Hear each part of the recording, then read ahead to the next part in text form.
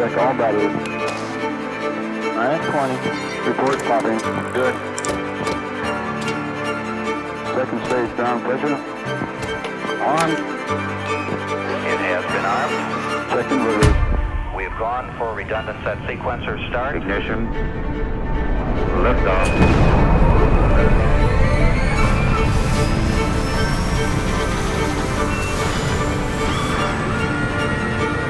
Out of 112K, 4.8 miles.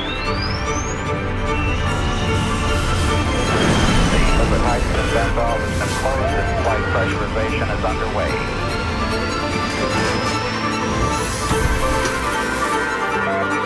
Houston now controlling.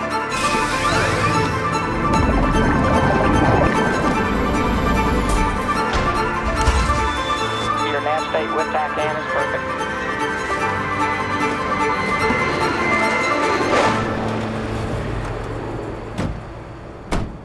We're standing by.